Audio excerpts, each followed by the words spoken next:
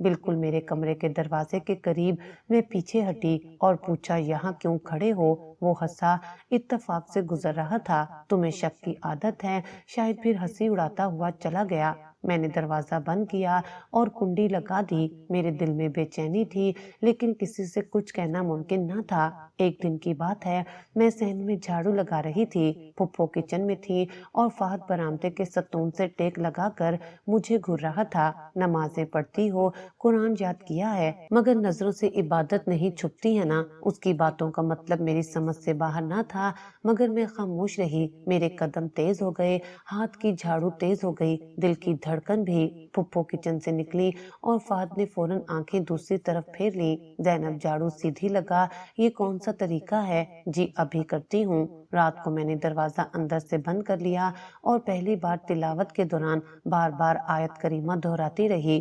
میں ظالم نہیں تھی، مگر مجھ پر ظلم بڑھتا جا رہا تھا۔ میں نے ایک بار پھر ہمت کی، پھپھو کے پاس گئی، اگر فہد بھائی گانے آہستہ لگا لیا کریں تو میں سکون سے تلاوت کر سکوں۔ پھپھو نے ہاتھ جھٹک کر کہا، وہ اس گھر کا بیٹا ہے، جو دل چاہے کرے گا، تمہیں یہ اپنا طریقہ بدلنا پڑے گا۔ اب کمرے کے دروازے کے باہر قدموں کی آہٹیں میرے دن کا معمول بن چکی تھیں۔ کبھی رات کے وقت کوئی دبے قدموں آ کر میرے دروازے کے قریب رکتا، سانسوں کی آواز سنائی دیتی، پھر واپس چلا جاتا۔ فہد اب کھلے عام اپنی موجودگی کا اعلان کرنے لگا تھا۔ وہ جب بھی مجھے برتن دھوتے دیکھتا کچھ نہ کچھ کہہ کر گزر جاتا۔ کتنا کام کرو گی زینب، کبھی تو آرام کر لیا کرو، ہم بھی ہیں تمہاری مدد کرنے کو۔ میں جواب نہ دیتی، نہ ہی نظریں ملاتی، میری خاموشی ہی میری ڈھال تھی۔ ایک دوپہر کی بات ہے، میں صحن میں جھاڑو لگا رہی تھی، فہد ٹی وی لاؤنج سے نکل کر آیا اور میرے بالکل قریب آ کر بولا، تمہیں ایک بات کہوں زینب، تم جتنی خاموش ہو اتنی ہی خطرناک لگتی ہو۔ مجھے تمہاری خاموشی بہت کچھ کہتی ہے۔ میں نے جھاڑو ایک طرف رکھی اور اندر جانے لگی تو اس نے راہ روک لی، ایسے جانے کی اجازت نہیں ہے، کچھ تو سن لو۔ اسی لمحے پھپھو اندر سے نکلی، وہ رکی نہیں، بس دور سے بولی، زینب پانی کا جگ کچن میں رکھ دینا اور گلاس دھونا مت بھولنا۔ میں نے جھٹ سے راستہ بدلا اور کچن کی طرف چل دی۔ میرے اندر کچھ ٹوٹ رہا تھا لیکن زبان بند تھی۔ اگلی صبح میں نے تہیہ کر لیا کہ پھپھو سے بات کروں گی۔ دوپہر کے وقت جب وہ صوفے پر بیٹھی ٹی وی دیکھ رہی تھی، میں ان کے پاس گئی۔ پھپھو مجھے آپ سے کچھ کہنا ہے، انہوں نے ریموٹ رکھتے ہوئے کہا۔ ہاں ہاں کہو فہد بھائی، وہ مجھے عجیب طرح سے دیکھتے ہیں، باتیں بھی ایسی کرتے ہیں جو مناسب نہیں ہوتی، میں بہت گھبرا جاتی ہوں۔ ان کا چہرہ فوراً بدل گیا۔ کیا کہہ رہی ہو تم؟ کیا الزام لگا رہی ہو میرے بیٹے پر؟ میں الزام نہیں لگا رہی، بس، انہوں نے بات کاٹ دی، تم وہی ہو جس کی ماں گھر چھوڑ کر چلی گئی تھی، جیسی ماں ویسی بیٹی، اب تم نے میرے بیٹے کو بھی بدنام کرنا ہے۔ میرے قدم کانپنے لگے، میں نے التجا کی، ایسا کچھ نہیں، میں تو بس چاہتی ہوں کہ بس کر دو، وہ چلائیں، زبان بند رکھو اپنی، میرے بیٹے پر انگلی اٹھانے سے پہلے اپنا حسب نسب دیکھو، تمہاری ماں نے جو کیا وہ ساری عمر کے لیے تم پر داغ بن گیا ہے۔ میں خاموشی سے پلٹ گئی، دل چاہا زمین پھٹ جائے اور میں اس میں سما جاؤں۔ میرے الفاظ پھر میرے خلاف گواہی بن گئے تھے۔ اس کے بعد فہد کا رویہ مزید بے باک ہو گیا، وہ بار بار میرے کمرے کے آس پاس منڈلاتا، کبھی دروازہ ہلکا سا دھکیلتا، کبھی مجھے راستے میں روک لیتا۔ ایک بار جب میں برآمدے میں کپڑے سکھا رہی تھی، وہ پیچھے آ کر بولا، پھپھو سے شکایت کر کے کیا ملا، اب چپ رہنا ہی بہتر ہے۔ کپڑے تیزی سے سمیٹے اور اندر آ گئی۔ اس رات میری نیند غائب تھی، دل میں خوف تھا، دماغ میں سوال اور روح میں بوجھ۔ صبح جب قرآن کھولا تو آنکھوں سے آنسو بہنے لگے، الفاظ نظر آ رہے تھے مگر معنی کھو گئے تھے۔ پھپھو نے میری حالت پر کوئی توجہ نہ دی، وہ صرف یہ چاہتی تھی کہ کام وقت پر ہو، گھر صاف ہو اور ان کا بیٹا خوش ہو۔ ایک دن فہد کا ایک دوست گھر آیا، میں کچن میں تھی، انہوں نے کچھ کھانے کو مانگا۔ جب میں ٹرے میں بسکٹ اور چائے لے کر آئی، فہد کے دوست نے مجھے گھور کر دیکھا، پھر ہنس کر کہا، ماشاء اللہ فہد، تم نے تو ہیرا چھپا رکھا ہے۔ فہد نے کہہ کر لگایا، یہ صرف دیکھنے کے لیے ہے، استعمال کرنے کے لیے نہیں۔ مجھے یوں لگا جیسے میرے کانوں میں زہر گھول دیا گیا ہو۔ میں فوراً ٹرے رکھ کر واپس چلی آئی۔ رات کو بستر پر لیٹے لیٹے میں نے خود سے کہا یہ سب کب تک سہنا ہے، کسی کو بتاؤں، لیکن کسے؟ ابا وہ تو سنے بغیر فیصلہ سنا دیں گے۔ پھر وہی پرانا تانا میرے ذہن میں گونجنے لگا، تمہاری ماں جیسی ہو تم بھی۔ یہ جملہ میری زبان بند کر دیتا تھا۔ ہر بار یہی خیال آتا کہ کوئی بھی میری بات پر یقین نہیں کرے گا۔ اس خاموشی نے مجھے اندر سے کھوکھلا کر دیا تھا۔ نہ فریاد نکلتی تھی، نہ سکون آتا تھا، صرف ایک بوجھ تھا جو دن بدن بڑھتا جا رہا تھا۔ اس دن صبح سے ہی پھپھو بازار جانے کی تیاری میں تھی۔ دوپہر کے قریب انہوں نے مجھے آواز دی، زینب میں باہر جا رہی ہوں، کھانے کے بعد برتن دھونا اور کچن صاف رکھنا، فہد کو چائے بنا دینا، دفتر سے فارغ ہو کر آئے گا۔ میں نے صرف جی کہا اور سر جھکا لیا۔ دروازہ بند ہوا اور گھر میں خاموشی چھا گئی جس کا وزن بہت بھاری تھا۔ فہد کے قدموں کی چاپ کچھ دیر بعد سنائی دی۔ وہ سیدھا لاؤنج میں آیا، پھر کمرے کی طرف گیا۔ میں کچن میں چائے بنا رہی تھی۔ زینب، میں چونک گئی، چائے کہاں ہے؟ بس بنا رہی ہوں، ابھی لاتی ہوں۔ میں ٹرے میں چائے لے کر گئی اور لاؤنج میں رکھ دی۔ وہ کچھ دیر تک مجھے گھورتا رہا، پھر بولا، آج تو گھر خالی ہے، تمہیں ڈر نہیں لگتا اکیلے؟ میں نے جواب نہیں دیا اور فوراً واپس اپنے کمرے میں آ گئی۔ کچھ لمحے گزرے ہی تھے کہ میرے دروازے پر ہلکی سی دستک ہوئی۔ میں نے جواب نہیں دیا، پھر دستک تیز ہو گئی۔ میں نے دروازہ بند ہی رکھا، دل کی دھڑکن تیز ہو گئی۔ پھر دروازہ زبردستی دھکیل کر کھولا گیا۔ وہ اندر آ چکا تھا۔ یہ کیا بدتمیزی ہے، باہر جاؤ، میں نے ڈرتے ہوئے کہا۔ خاموش رہو، کوئی نہیں ہے گھر میں، اور تم بھی یہی چاہتی ہو؟ نہیں تو بار بار میرے قریب کیوں آتی ہو؟ میں نے کبھی ایسی کوئی بات نہیں کی، اللہ سے ڈرو۔ اس نے میری بات نظر انداز کی اور آگے بڑھ کر میرا دوپٹہ کھینچا۔ میں نے زور سے چیخنے کی کوشش کی لیکن اس نے میرا منہ دبا دیا۔ چپ، ورنہ کوئی نہیں بچے گا، نہ تم نہ تمہاری عزت۔ میں ہاتھ جوڑتی رہی، گڑ گڑاتی رہی، مجھے چھوڑ دو، میں نے تمہارا کیا بگاڑا ہے؟ اللہ دیکھ رہا ہے، میرا رب گواہ ہے۔ وہ درندہ اپنی ہوس کی آگ میں سب کچھ روند گیا۔ میں بے بس کمزور اور نڈھال ہو کر زمین پر گری رہی۔ میرے جسم سے زیادہ میری روح زخمی تھی۔ تم نے خود یہ راستہ چنا، اب مظلوم بننے کی اداکاری مت کرو۔ یہ کہہ کر وہ باہر نکل گیا جیسے کچھ ہوا ہی نہ ہو۔ میں وہیں پڑی رہی، کپڑے بکھرے، آنکھوں میں آنسو، خشک سانس بے ترتیب۔ کچھ دیر بعد دروازہ بجا، پھپھو آ چکی تھی۔ ان کی چپل کی آواز سن کر میں جلدی سے خود کو سنبھالنے کی کوشش کرنے لگی۔ دروازہ کھلا، وہ اندر داخل ہوئی۔ یہ کیا حال بنایا ہوا ہے تم نے؟ میں بولی نہیں، بس رو دی۔ کیا ہوا؟ کیوں رو رہی ہو؟ فہد، وہ اندر آ گیا تھا۔ انہوں نے مجھے ہاتھ سے دھکا دیا۔ چپ کر جا، زبان بند رکھ، میرا بیٹا کبھی ایسا نہیں کر سکتا۔ میں جھوٹ نہیں بول رہی۔ انہوں نے میرے بال پکڑ کر مجھے دیوار سے لگایا۔ تو اب اپنے کردار کو چھپانے کے لیے میرے بیٹے پر الزام لگائے گی؟ معلوم تھا مجھے، تم بھی اپنی ماں جیسی ہو۔ اگر کسی کو یہ بات بتائی تو میں خود تمہیں ختم کر دوں گی۔ میں نڈھال ہو گئی، نہ چیخ باقی رہی، نہ فریاد، صرف آنکھیں تھیں جن سے خاموش پانی بہتا رہا۔ رات کو جب فہد واپس آیا تو پھپھو نے اسے کچھ نہیں کہا۔ وہ بالکل نارمل بیٹھا جیسے کچھ ہوا ہی نہ ہو۔ میرے کمرے میں اندھیرا تھا لیکن اندر ایک شور مچا ہوا تھا۔ دل سے آواز نکلی، یا اللہ، یہ کیسا امتحان ہے؟ میں نے تو کبھی کسی کا برا نہ چاہا۔ کمرے کی دیواریں گواہ تھی کہ اس رات میری پاکیزگی کو چور کر دیا گیا تھا اور میرے آنسو ہی میری گواہی بنے۔ اگلی صبح میرے کمرے کا دروازہ زور سے کھٹکا۔ میں اٹھنے کے قابل نہیں تھی لیکن آوازوں نے مجھے چونکا دیا۔ دروازہ کھلا اور پھپھو اندر داخل ہوئی، چہرہ غصے سے لال، ہاتھ میں جوتا۔ اب یہ تماشا دیکھنے کو رہ گیا تھا۔ میرے گھر میں بیٹھ کر میرے بیٹے کو ورغلاتی رہی، غلیظ ماں کی غلیظ بیٹی، سب ایک جیسی ہی ہوتی ہیں۔ میں نے اٹھنے کی کوشش کی لیکن جسم جواب دے چکا تھا۔ میں نے کچھ نہیں کیا پھپھو، میں نے خود کو بچانے کی کوشش کی تھی۔ آپ سنیں تو صحیح، چپ کر جا، زبان بند رکھ، ہمیں اچھی طرح پتا ہے تم جیسی لڑکیاں کیسے گھر برباد کرتی ہیں۔ فہد دروازے کے پاس کھڑا تھا، چپ خاموش، جیسے اس کا کوئی تعلق ہی نہ ہو اس سارے واقعے سے۔ پھپھو نے میری چادر کھینچ کر پھینکی اور بالوں سے پکڑ کر فرش پر گھسیٹا۔ میں جانتی تھی ایک نہ ایک دن تمہارا اصلی چہرہ سامنے آ جائے گا، مگر میں نے اپنے بیٹے پر یقین کیا۔ اب کوئی شک نہیں رہا کہ تم نے ہی سب کچھ پلان کیا۔ اللہ کی قسم میں بے قصور ہوں۔ میں رو رہی تھی، ہاتھ جوڑ رہی تھی۔ پھپھو نے مجھے دھکا دے کر زمین پر گرایا، پھر فہد کو اشارہ کیا، اٹھاؤ اس کو اور ساتھ لے جاؤ، اس کا نام و نشان مٹا دو۔ لیکن اماں، فہد نے ہچکچاتے ہوئے کہا، چپ کر، اگر تم چاہتے ہو تمہارے باپ کو کچھ پتہ نہ چلے تو جو میں کہہ رہی ہوں وہ کرو۔ فہد نے ایک ملازم کو بلایا، وہ پرانا نوکر تھا جس کی آنکھوں میں ایک لمحے کو ترس ضرور آیا، لیکن فہد کی نظروں سے ڈر گیا۔ میں اب ہاتھ جوڑ رہی تھی، اللہ کے واسطے مجھے مارو نہیں، کہیں پھینکو مت، میں چلی جاؤں گی کہیں اور جہاں کوئی مجھے نہ جانے، لیکن ایسا نہ کرو۔ پھپھو نے ایک زوردار تھپڑ مارا، بہت بولتی ہے تم، بس کر، ماں کی طرح تماشے کر کے میرے بیٹے کو پھنسانا چاہتی تھی۔ میری آواز بند ہو چکی تھی۔ فہد نے میری کلائیوں کو رسی سے باندھ دیا اور نوکر نے منہ پر کپڑا لپیٹ دیا۔ مجھے کھینچتے ہوئے وہ گھر کے پچھلے دروازے سے باہر لے گئے۔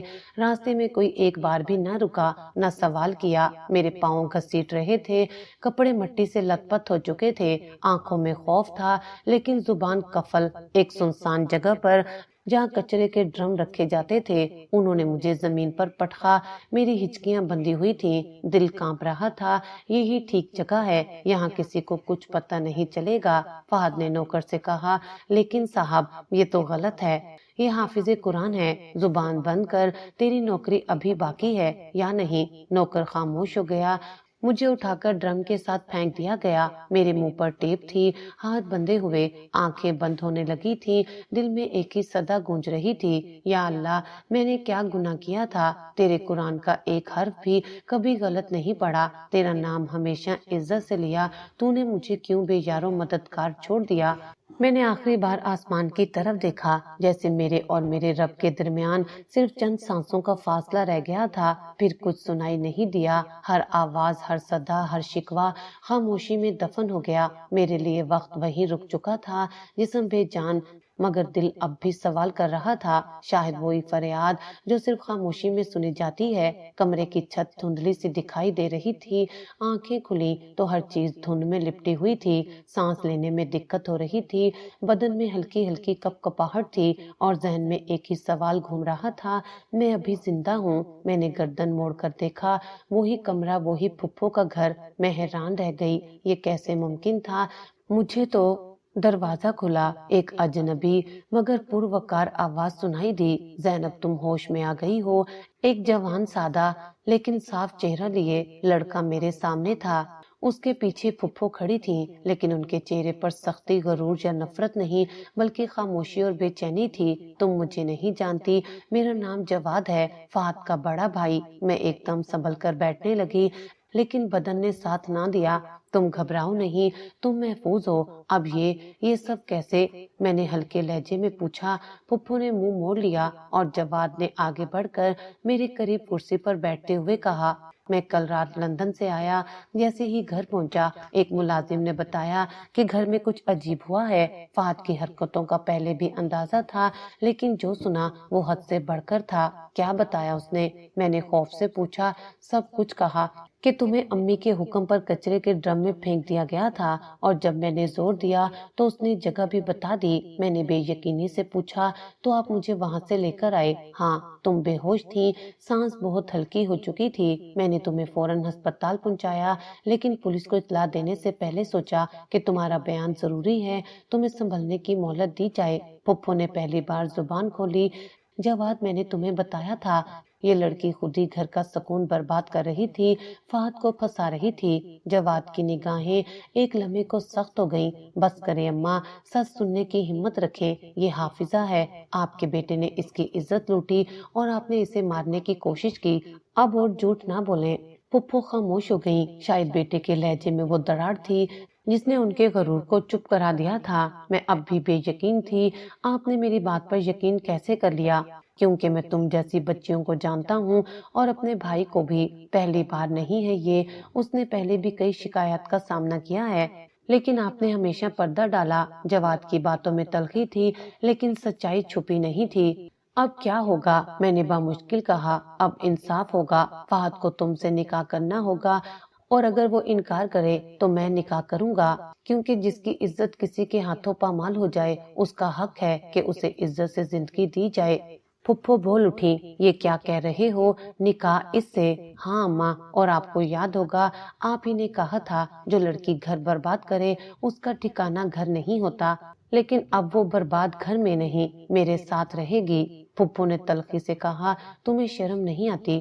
جواد نے جواب دیا، شرم مجھے تب آئی تھی جب میں نے تمہیں دیکھا، ماں ہو کر ایک حافظہ بچی کو کوڑے کے ڈرم میں پھینکتے ہوئے تم نے ماں کا رشتہ بھی گندا کر دیا۔ فہد کمرے میں آیا، جواد کو دیکھ کر ساکت ہو گیا۔ کیا ہو رہا ہے؟ وہی جو ہونا چاہیے، تمہیں نکاح کرنا ہے زینب سے؟ کیا؟ ہرگز نہیں۔ تو پھر میں کروں گا، لیکن تمہیں اس گھر میں نہیں رہنے دوں گا۔ تم نے اپنی ماں کی تربیت کا ثبوت دے دیا ہے، اب تمہارا کوئی حق نہیں یہاں۔ فہد چپ چاپ پلٹ گیا اور پھپھو کی آنکھوں میں ایک شکست تھی۔ کمرے میں سکوت چھا گیا۔ جواد نے میری طرف دیکھا، تمہارے لیے زندگی کا دروازہ بند نہیں ہوا زینب، بس تھوڑا حوصلہ اور چاہیے۔ میں نے پہلی بار کسی کی آنکھوں میں خلوص دیکھا، بے غرض تحفظ۔ اس دن پہلی بار لگا شاید میرے اندر جو روشنی دب چکی تھی وہ پھر سے جلنے لگی ہے۔ جواد نہ آتا تو شاید میں ایک بے نام لاش میں بدل چکی ہوتی۔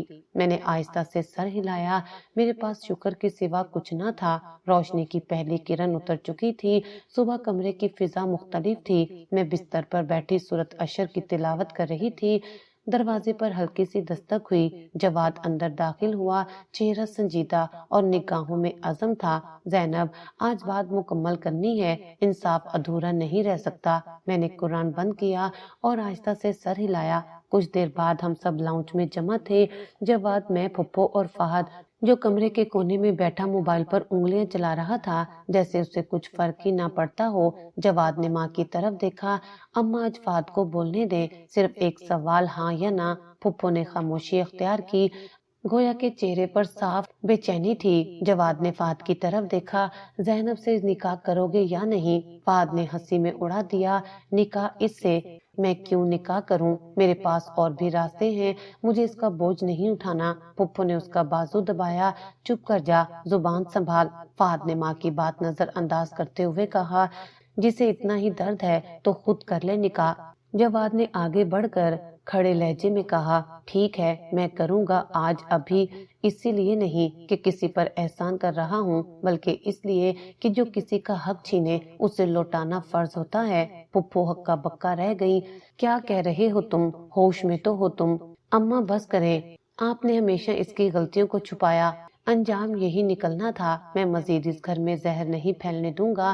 فہد کھڑا ہو کر بولا، تم مجھے ہی بدنام کر رہے ہو، میں تمہارا بھائی ہوں۔ نہیں، تم صرف میرے خون کا رشتہ ہو، کردار کا نہیں۔ زینب کی زندگی برباد کی تم نے، آج سے تم میرے لیے اجنبی ہو۔ جواد نے میری طرف دیکھا، زینب، اگر تمہیں کوئی اعتراض ہو تو میں فوراً رک جاؤں، لیکن اگر تم چاہو تو میں نکاح کے لیے تیار ہوں۔ میرے لبوں پر کچھ لمحے سکوت طاری رہا، پھر میں نے آہستہ سے کہا، اگر آپ کو لگتا ہے کہ یہ میرا حق ہے تو مجھے قبول ہے۔ جواد نے کمرے میں موجود ایک ملازم سے کہا، قاری صاحب کو فون کرو اور 2 گواہ بھی بلاؤ، نکاح آج ہی ہوگا۔ پھپھو نے اب ماں کی حیثیت سے جواد کو روکنے کی کوشش کی، لوگ کیا کہیں گے، خاندان والے باتیں کریں گے۔ جب آپ نے زینب کو کوڑے کے ڈرم میں پھینکا تب لوگوں کا خیال کہاں تھا؟ اب انصاف کے وقت خاموش رہیں۔ تھوڑے وقت میں قاری صاحب اور 2 گواہ آ چکے تھے، نکاح کی تیاری شروع ہوئی۔ پھپھو خاموشی سے کمرے کے کونے میں جا بیٹھی تھی اور فہد غصے سے گھر سے باہر نکل گیا۔ میں نے صاف چادر اوڑھی اور جواد نے نکاح کے وقت صاف اور واضح الفاظ میں مجھے قبول کیا۔ نکاح مکمل ہونے کے بعد قاری صاحب نے دعا کروائی اور سب نے آمین کہی۔ نکاح کے فوراً بعد جواد نے قاری صاحب اور گواہوں کا شکریہ ادا کیا۔ مولوی صاحب نے رخصت ہوتے ہوئے صرف اتنا کہا، بیٹا نکاح آدھا ایمان ہے، مگر اس میں عزت، صبر اور عدل مکمل ایمان کی ضرورت مانگتا ہے۔ جواد نے اس بات میں سر ہلایا، مولوی صاحب، میں اپنی بیوی کو صرف عزت نہیں دوں گا، اس کے ہر زخم کا مرہم بھی بنوں گا۔ پھپھو وہیں بیٹھی تھی، چہرہ سفید، خاموش، شکست خوردہ۔ جواد ان کے پاس گیا، ایک لمحے ٹھہر کر بولا، اماں میں جا رہا ہوں، اور اب کے بعد جب تک آپ فہد کے کرتوتوں کا دفاع کرتی رہیں گی میں اس گھر میں قدم نہیں رکھوں گا۔ پھپھو نے نظریں چرا لی، زبان بند رہی۔ جواد پلٹ گیا، میری نظریں ایک بار اس دروازے پر ٹھہر گئیں جہاں میں کئی بار امید سے گئی تھی، ہر بار ٹھوکر کھائی تھی۔ جواد نے میرا بیگ خود اٹھایا اور پیچھے بیٹھنے کی بجائے میرے ساتھ اگلی سیٹ پر بیٹھا۔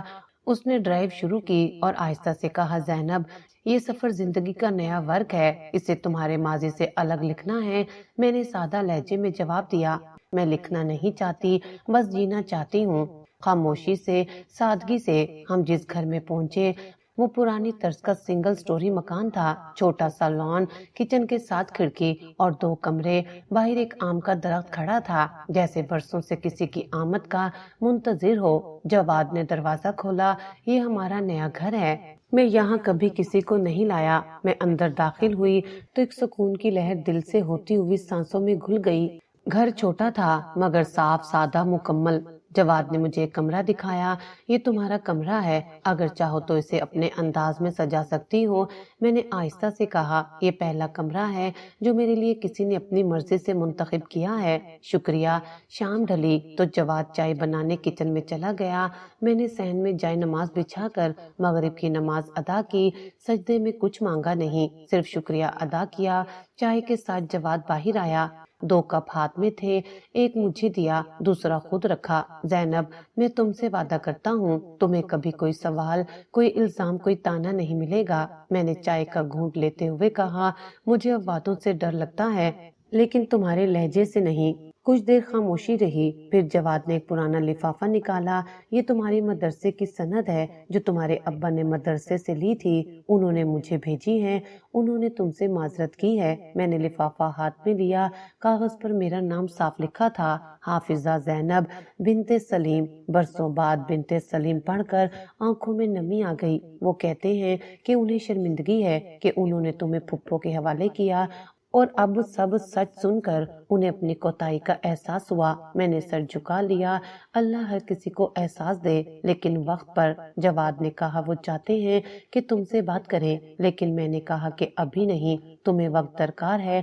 میں نے اس بات میں سر ہلایا۔ اگلے دن جواد نے کچن کی الماریاں ترتیب دینا شروع کی، ہم نے مل کر چیزیں ترتیب دیں، چھوٹے چھوٹے لمحے جو کبھی زندگی میں میسر نہیں ہوئے تھے اب جیسے ہر قدم پر ملنے لگے۔ شام کو جواد نے کہا، میں تمہیں پڑھائی جاری رکھنے دینا چاہتا ہوں، تم چاہو تو آن لائن کلاسز لے سکتی ہو یا کسی مدرسے میں پڑھا سکتی ہو۔ میں نے حیرت سے پوچھا، کیا تمہیں لگتا ہے کہ میں دوبارہ سب کچھ شروع کر سکتی ہوں؟ مجھے یقین ہے کہ تم کر سکتی ہو، اور تم صرف زندہ رہنے کے لیے پیدا نہیں ہوئی زینب، تم روشن کرنے کے لیے پیدا ہوئی ہو۔ رات کو میں نے اپنے بستر پر لیٹ کر چھت کو دیکھا، کوئی رنگین چراغ نہیں تھا، کوئی خوابوں کا منظر بھی نہیں تھا، لیکن دل مطمئن تھا۔ زندگی پہلی بار ایک نئے رخ پر مڑ چکی تھی، اور اب جو میرے ساتھ تھا وہ میرا نہیں، میرا سہارا بھی تھا۔ گھڑی کی سوئیاں آہستہ آہستہ شام کی طرف بڑھ رہی تھیں۔ صحن میں میرا چھوٹا بیٹا سائیکل چلا رہا تھا اور بڑی بیٹی کھڑکی کے پاس بیٹھ کر اپنے ہوم ورک میں مصروف تھی۔ کہ وقت کتنا بدل گیا ہے، لیکن کچھ چیزیں، کچھ لمحے، کچھ احساسات وہ کبھی نہیں بدلتے۔ جواد آج بھی ویسا ہی ہے، وقت کا بہترین شوہر، بچوں کا حساس باپ۔ اس نے شادی کے بعد نہ کبھی مجھ سے سوال کیا، نہ کوئی شکوہ، صرف سہارا دیا، حفاظت دی اور ایک نئی پہچان۔ ہم انگلینڈ شفٹ ہو چکے تھے، یہاں زندگی منظم تھی، ماحول صاف اور سب کچھ نیا تھا، لیکن یادیں نیا پن نہیں مانتی۔ ایک کونے میں بیٹھ کر بھی وہ اپنے ماضی کی کوئی لہر چپکے سے دل پر دستک دے دیتی ہے۔ کبھی کبھار جواد کہتا، زینب تم بہت مضبوط ہو، لیکن تمہیں کبھی مضبوط بننے کا شوق نہیں تھا، حالات نے تمہیں بنایا۔ میں جواب دیتی، جس کا رب موجود ہو اسے حالات نہیں توڑ سکتے، صرف تھکاتے ہیں۔ ہماری زندگی میں ایک نیا موڑ تب آیا جب ایک دن جواد نے اخبار کی خبر میرے سامنے رکھی، فہد کو لندن میں منشیات رکھنے کے الزام میں گرفتار کر لیا گیا ہے، 5 سال کی سزا سنائی گئی ہے۔ میں نے خبر کو دیکھا، خاموشی سے پڑھا اور کاغذ واپس رکھ دیا۔ جواد نے آہستہ سے کہا، مجھے افسوس ہے کہ وہ سدھر نہ سکا۔ میں نے کہا، جس دل میں توبہ کی جگہ نہ ہو وہاں نصیحت بیکار ہو جاتی ہے۔ کچھ مہینوں بعد خبر ملی کہ پھپھو کو فالج ہو گیا ہے، اب بستر تک محدود تھیں۔ جواد نے ذمہ داری نبھاتے ہوئے ان کے لیے دیکھ بھال کرنے والی عورت مقرر کر دی۔ کبھی کبھار وہ خود بھی ان سے ملنے جاتا، مگر مجھے کبھی نہیں کہا کہ میں ساتھ چلوں۔ تمہاری وہاں موجودگی ان کے لیے سزا بنے گی اور تمہارے لیے زخم کی نمائش۔ یہ گھر تمہارا ہے، وہ نہیں۔ میں نے خاموشی سے اس فیصلے کو قبول کیا۔ جواد کے گھر میں اب خوشیاں تھیں، بچوں کی ہنسی تھی، چھوٹے چھوٹے خواب تھے۔ میں نے بچوں کو قرآن یاد کروانا شروع کیا اور ساتھ ساتھ ایک چھوٹے مدرسے میں بچیوں کو پڑھانے لگی۔ روز کسی نہ کسی بچی کی آنکھوں میں اپنا بچپن دکھائی دیتا۔ میں ان کی خاموشی کو پہچاننے لگی تھی۔ ایک بار ایک بچی نے مجھ سے کہا، استانی جی، اگر کوئی ہمیں برا کہے تو کیا ہم برا جواب دیں؟ میں نے صرف اتنا کہا، نہیں بیٹا، تم بس خاموشی سے قرآن پڑھتی رہو، جو تمہیں جھکانا چاہیں وہ خود گر جائیں گے۔ کبھی کبھی رات کے سناٹے میں جب سب سو رہے ہوتے، میں کمرے میں تنہا بیٹھ کر قرآن کھولتی، سجدے میں جاتی اور دل ہی دل میں کہتی، یا اللہ، تو نے مجھے بہت کچھ دیا، شوہر، بچے، عزت، مگر کچھ زخم ہیں جو تیرے سوا کوئی نہیں جانتا۔ میں نے اپنی بیٹی کا نام مریم رکھا۔ جواد نے پوچھا، زینب، تمہیں اس نام سے کیا خاص محبت ہے؟ میں نے کہا، کیونکہ مریم نے تنہائی جھیلی، الزام سہا اور پھر اللہ نے اسے عزت دی۔ میں چاہتی ہوں کہ میری بیٹی وہ نام بنے جس پر زمانہ فخر کرے۔ میری زندگی کا سفر بظاہر مکمل ہو چکا تھا، میں اب ایک مکمل ماں، بیوی اور معلمہ بنی تھی، لیکن اندر کہیں ایک گہرا دائرہ ایسا تھا جہاں کچھ زخم تازہ تھے۔ کبھی کبھار رات کو جب جواد میرے قریب بیٹھتا، میرے ہاتھ تھام کر پوچھتا، کبھی کچھ یاد آتا ہے؟ میں کہتی، بس اتنا یاد آتا ہے کہ اللہ نے مجھے دوبارہ زندگی دی، عزت لوٹا دی، مگر کچھ چیزیں صرف بخشش کی دعاؤں سے نہیں بھرتی، صبر کی گہرائی میں دفن ہوتی ہیں۔ ایک دن مریم میرے پاس آئی، بولی، امی، آپ بہت خوبصورت ہیں، کیا آپ کو کبھی دکھ ہوتا ہے؟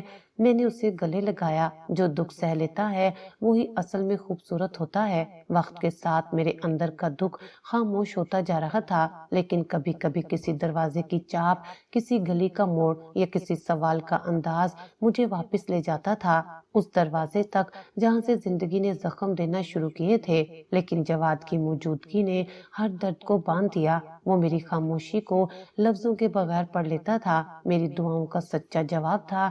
اب جب زندگی کو پیچھے مڑ کر دیکھتی ہوں تو صرف ایک بات دل سے نکلتی ہے، شکر ہے رب کا، جس نے مجھے انسانوں کی نظر میں نہیں، اپنی نظر میں سر بلند کر دیا۔ میرا سفر مکمل تھا، مگر کچھ زخم، وہ میرے سینے میں، میرے قرآن کے نیچے ہمیشہ تازہ رہیں گے۔